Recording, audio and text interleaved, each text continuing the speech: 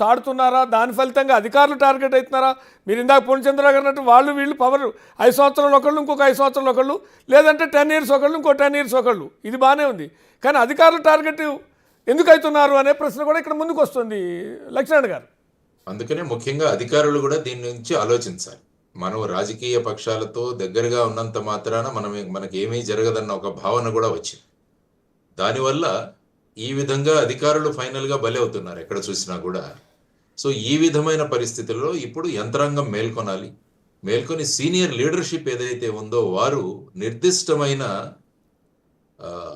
Disciplinary role కానీ వాళ్ళ conduct కానీ ఒక సర్క్యులర్ ద్వారా ఇష్యూ చేయాలి. చాలా మంది చూస్తాను, చాలా మంది ఆఫీసర్లు ఎమ్మెల్యేల ఇంటికి వెళ్ళి అక్కడ సెల్యూట్ కొడుతుంటారు. ఇది యాక్చువల్గా మన పద్ధతి కాదు. అది ఎవరైనా ఏదైనా ఉంటే పోలీస్ స్టేషన్కి రావాలి, లేకుంటే ఏదైనా గవర్నమెంట్ ఆఫీస్ ఉంటే అక్కడ కలవాలి.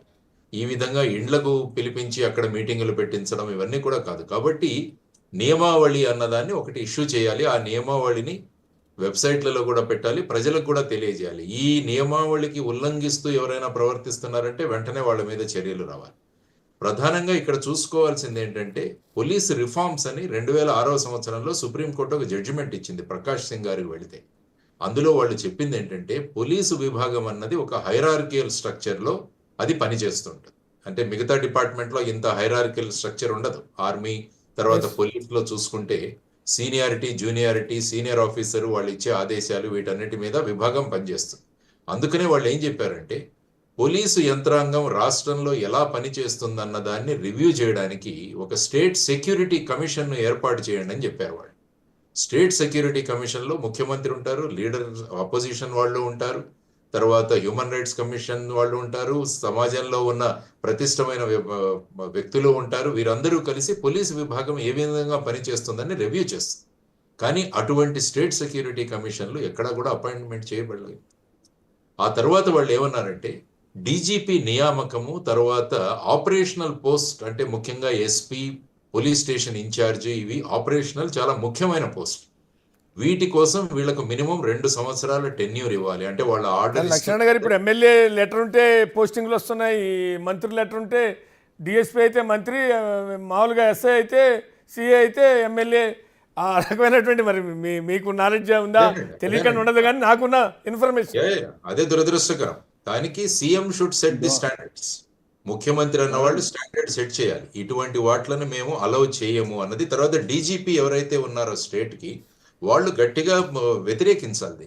అందుకనే ఏమన్నారంటే సుప్రీంకోర్టు 3 సీనియర్ మోస్ట్ ఆఫీసర్ల ప్యానెల్ ఒకటి తయారు చేసి దాన్ని యూపీఎస్సీకి పంపించి అక్కడ నుంచి అప్రూవల్ అయిన తర్వాత ఈ 3లో ఎవరో ఒకరిని 2 సంవత్సరాల టెన్యూర్ డీజీపీగా అపాయింట్మెంట్ చేయాలని చెప్పారు అందరూ. కానీ ఇప్పుడు చూస్తే ప్రతి చోట అడ్హాక్ డీజీపీ, తర్వాత full additional charge DGP, in charge DGP, ఈ విధంగా చాలా రాష్ట్రాల్లో నియమిస్తున్నారు. దానివల్ల ఆ వ్యక్తి ఆ సీట్లో ఎన్ని రోజులు ఉంటారు అన్నది తెలియదు. దానివల్ల ఏమవుతుందంటే ఆ విధమైన సంభ్రమం అన్నది డౌన్ ది లైన్ ఈ హైరార్కియల్ స్ట్రక్చర్లో ఉన్న పోలీస్ మీద ప్రభావం చూపిస్తుంది. కాబట్టి వెంటనే దీన్ని అమలు చేయాలి. ఎవరికైనా ఇన్వెస్టిగేషన్ కానీ ఏదైనా విధానాలలో పోలీసు సరిగా ప్రవర్తించట్లేదు అనుకుంటే పోలీస్ కంప్లైంట్ అథారిటీ అన్నది కూడా ఒకటి ఏర్పాటు చేశారు.